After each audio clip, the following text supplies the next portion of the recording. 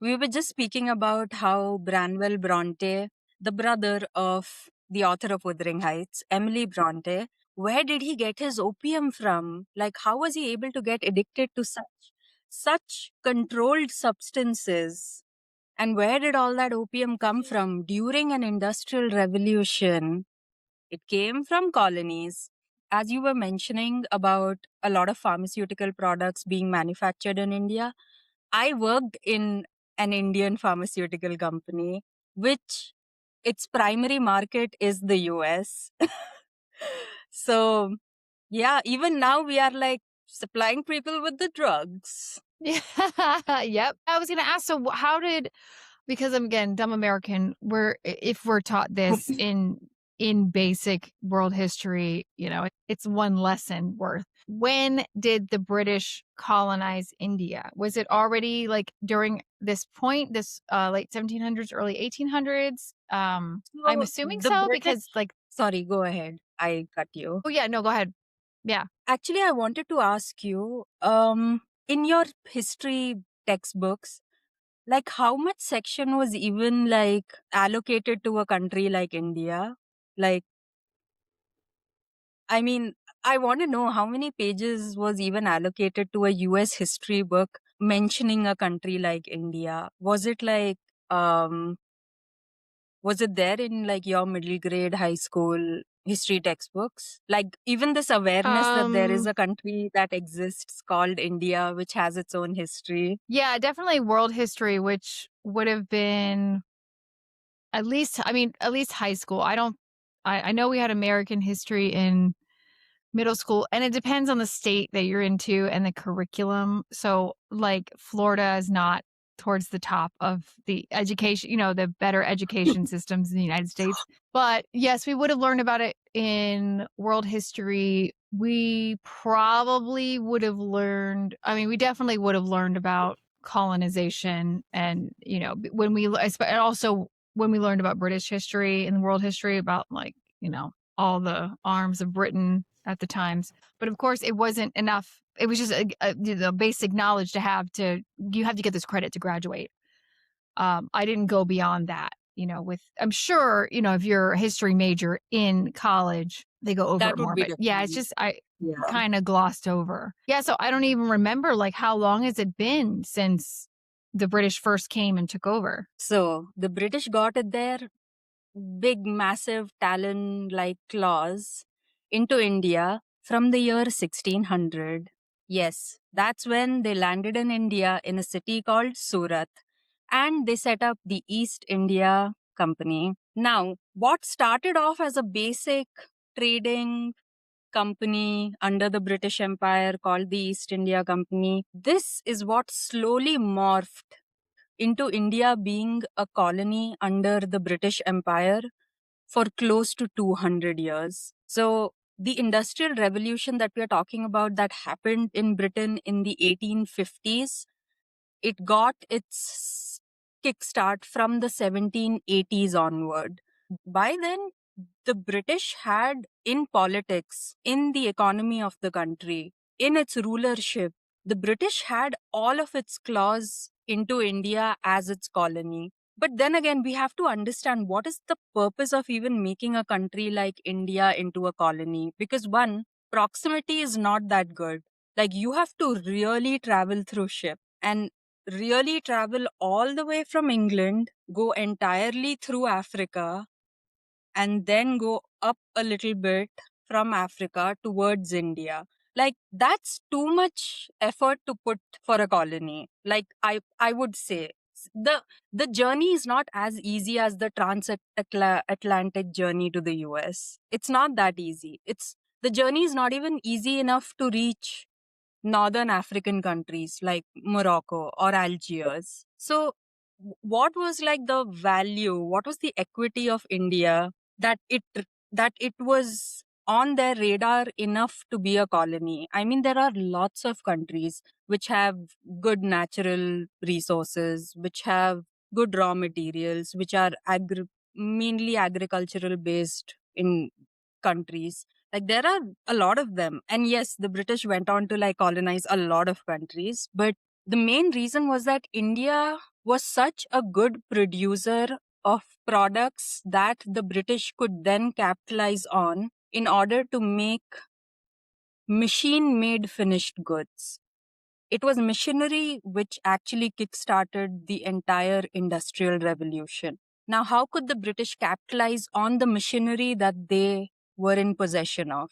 You can make use of that machinery by having raw materials. Now, where will you get raw materials from? Britain, as a country, I don't think that it is agriculturally blessed. I don't think it is blessed in terms of a lot of like raw natural resources, like say gemstones or metals like gold. I don't think the reason of ensuring that countries come under you as a colony was in order to make these countries into your supplier and into your cheap indentured enslaved supplier. India was a top supplier of cotton. Like I said, they landed in 1600 in the city of Surat.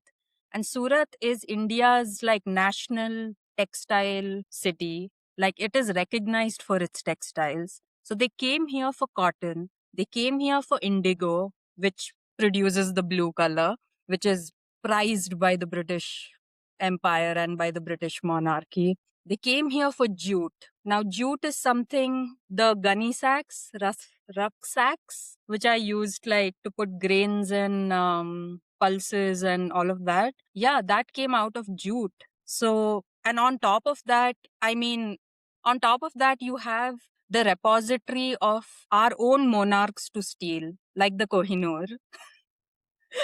So you can imagine if a diamond that big could come out of a country like India. India had really, it was a ground of potent resources which the British understood they could capitalize, because what they did during the British Revolution by producing these machine made goods, they sold it back to us. They sold it back to the colonies. That was the whole economic ecosystem that's going on. You have a colony, it supplies you with all the raw materials. You take the raw materials back to your country, Britain. You take the cheap cotton that you use indentured slaves for in India, make that cotton into cheap machine made textile. Because again, India was a country of artisanship. Even now, the embroidery of India, the pashmina shawls of India, the even the paisley patterns, these are all things that actually came out from India. So what they did was they now produced their machine made goods and supplied it back into their colony as cheaper goods. Because if you're taking manpower away from artisanship and you're making them into indentured labor in a cotton field, in indigo plantations, in opium plantations, um, so then it's like this is how slowly a country starts losing its culture, and slowly its history starts being rewritten in a way where its identity gets, in our case it was whitewashed. Yes, where our identity gets whitewashed. Imagine today me, a 21st century woman, I think of India as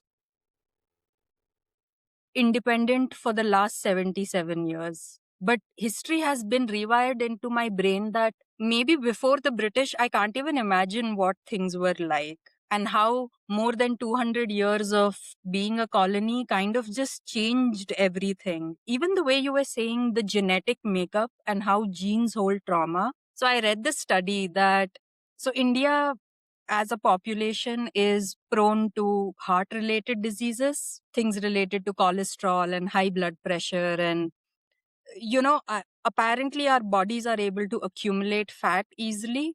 But that happened because for close to 200 to 400 years, our bodies were starved.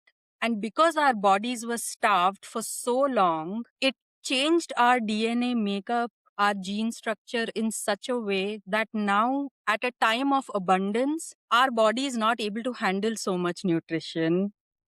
Like, instead of being able to metabolize the fat that you're consuming, your body remembers that it was starved through famines, through droughts, through the British controlling everything in the economy. I mean, there's a reason why things were really bad in India. It was a country of indentured labor servitude.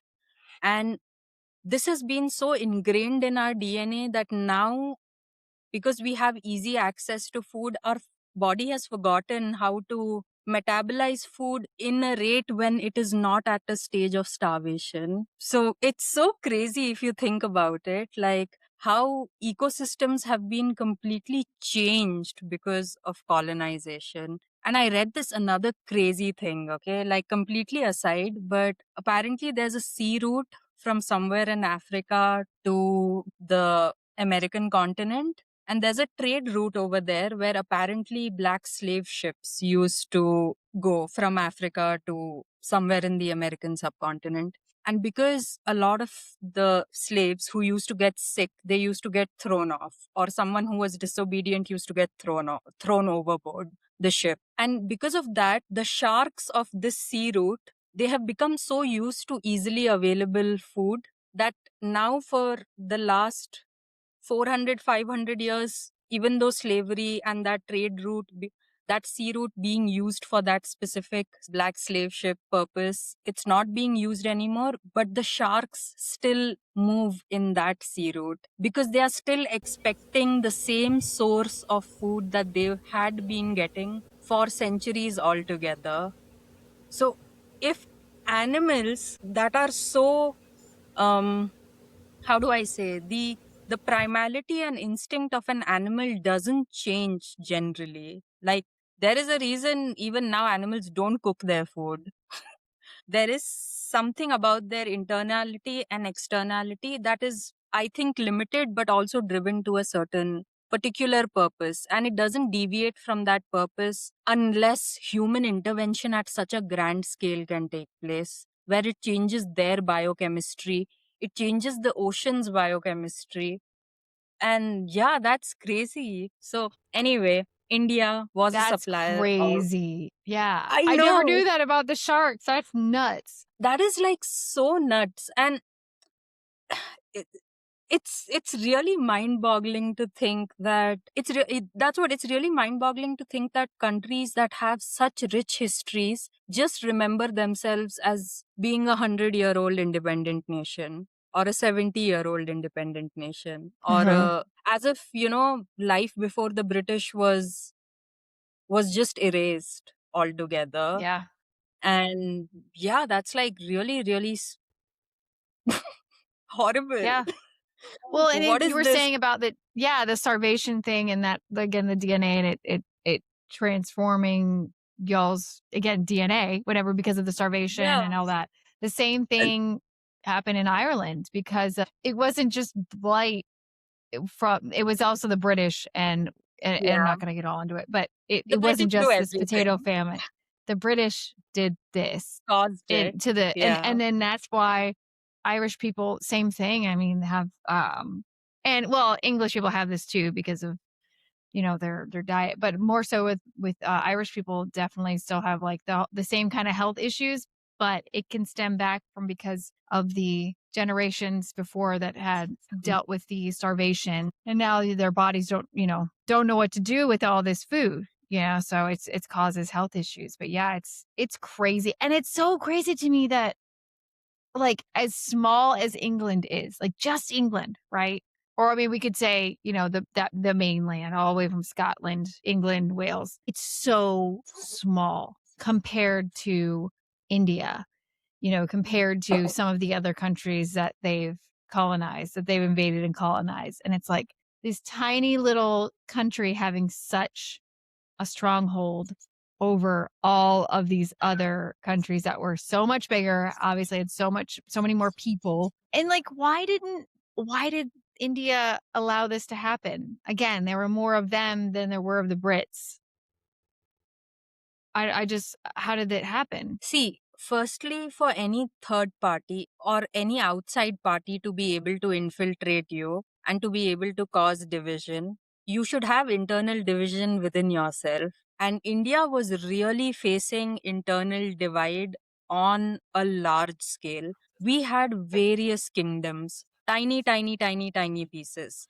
One major kingdom, religious differences, language based differences. I mean, in our constitution, we have 22 officially recognized languages.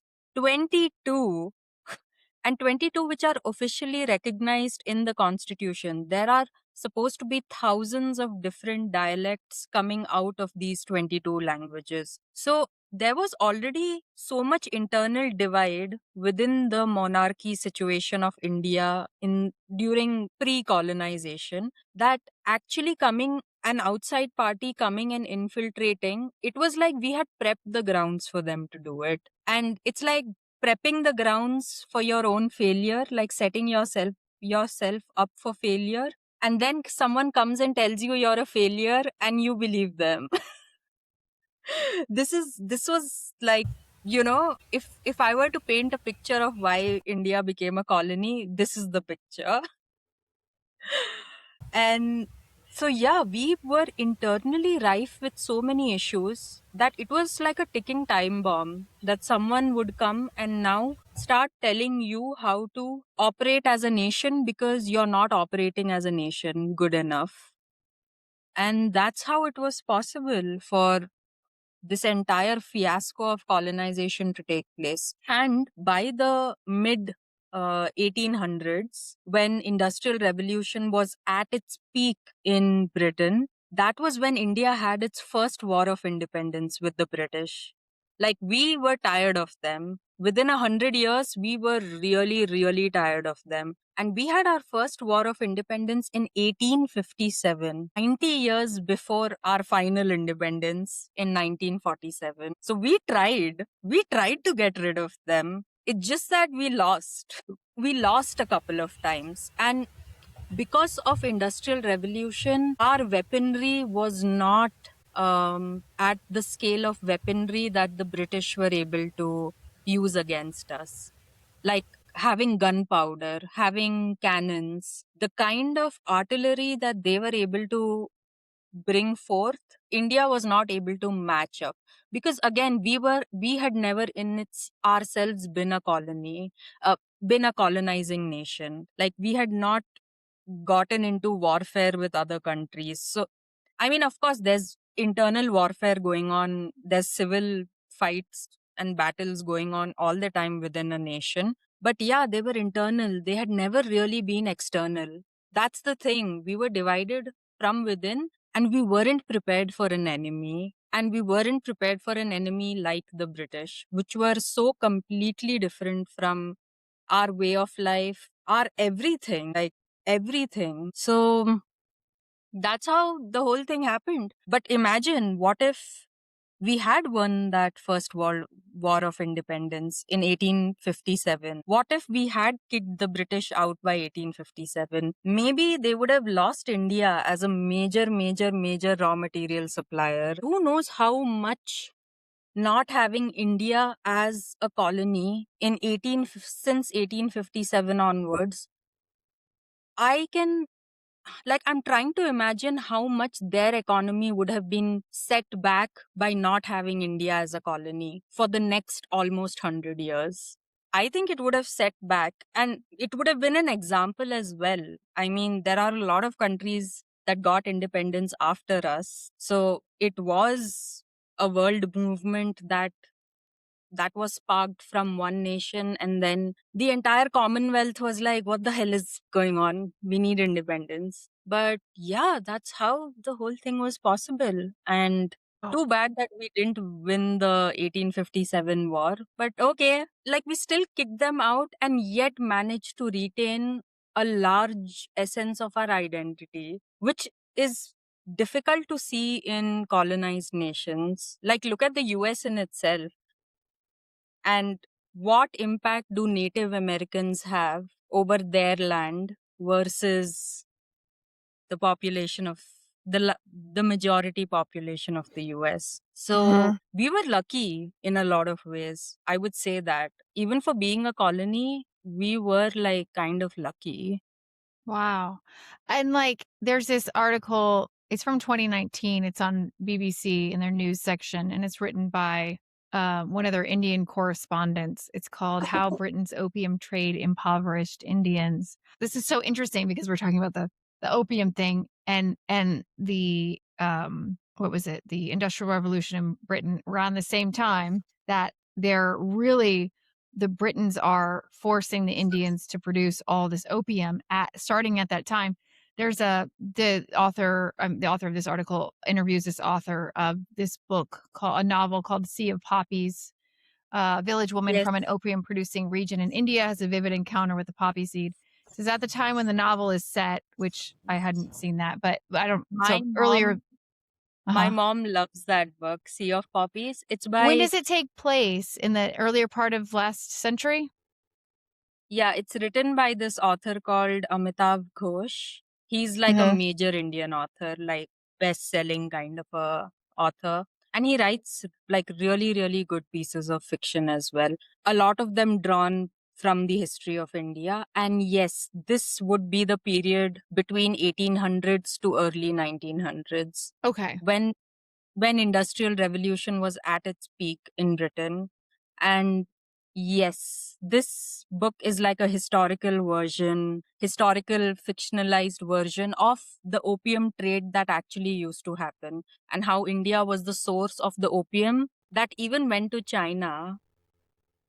Yeah. Like So I the originally thought opium was from China because I've seen these films like God, what is it? There's one with Johnny Depp, and it's about, I think it's the one where it's about he's trying to track down Jack the Ripper during like the 1800s in London, and his character's hooked on opium, and they always make these opium dens look, they have like obviously Chinese people, Asian people. So I always thought that it was from Asia. I had no clue that the poppy seeds were coming from India. It said at the time when the novel is set, poppy was harvested by some 1.3 million peasant households in northern India. The cash crop occupied between a quarter and a half of a peasant's holding.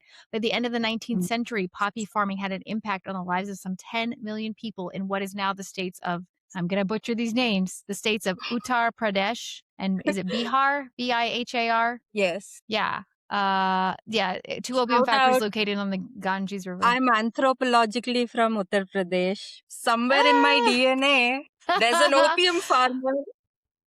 That's There's an crazy. And opium so farmer. yeah, in your roots. Yes, Wow. so Uttar Pradesh, Uh Bihar, and what other country? What other Oh, it states says, of India? yeah, it said northern India, particularly those two states. Some historians have argued that the opium business bolstered India's rural economy and kept the farmers happy. This was not the case, as a new research by Rolf Bauer, professor of economic and social history at the University of Vienna, has found. Basically, he looked at archival documents looking at the costs of producing opium and paying money to farmers. And I mean, in a nutshell, the British set this up, and some people were like, "Oh, well, look how this is bolstering their economy and their communities and the farming communities." Yeah, It wasn't. The British were using all of your resources, your manpower, um the the raw the materials, basically raw opium, materials, indigo. exactly. Mhm. Yeah. So that's so interesting. Like this is how we get onto these tangents. This is why I like talking about these books and this stuff, because then we find these other like historical rabbit holes to go down. I had no clue. Wow, India and the opium business. This is Oh crazy. yeah, there are wonderful books about India's history, especially as a colony. Like there are wonderful pieces of fiction. Actually, good. I'll make a mental note of that and come up Yeah, with some yeah. suggestions.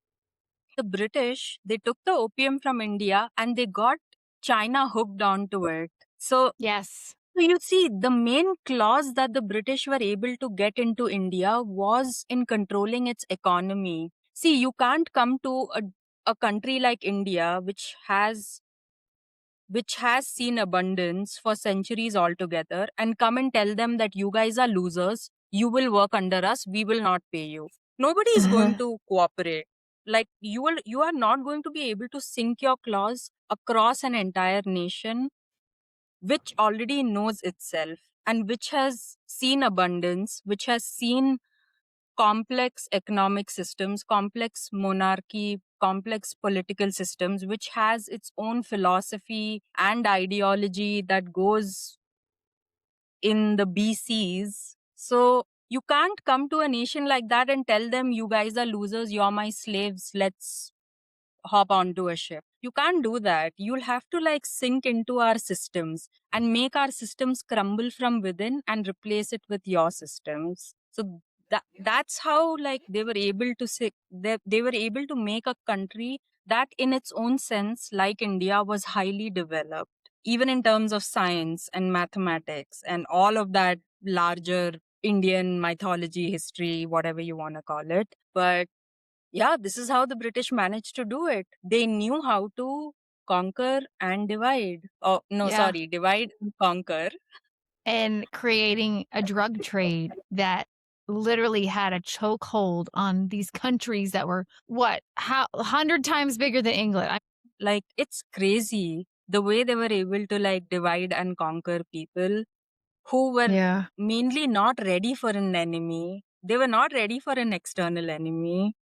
Well, and because at that point, I mean, you're coming over in ships. That was our main form of, I guess, getting around back then. That was the most technologically advanced way to get around. And then you have these people, these countries that have been doing their thing for thousands and thousands of years. And all of a Yeah. sudden, you have these more civilized people coming in telling them that they're dumb. But again, to keep them down, to then steal their resources. Anyway, it just blows my mind. But one more piece from this, it says in the thriving state-run global trade, opium, exports increased from 4,000 chests per year at the beginning of the 19th century to more than 60,000 chests of opium by the 1880s. So in less No. than 80 years, opium was for a large part of the 19th century, the second most important source of revenue for the colonial state of India. It was only outmatched by land taxes. India remains the world's biggest producer of legal opium for the global pharmaceutical market. So I guess something came out of it. I mean, at least you guys are able to control yourselves now. It's just, yeah. Anyway, so it blows my mind. And then kind of segueing back into the book,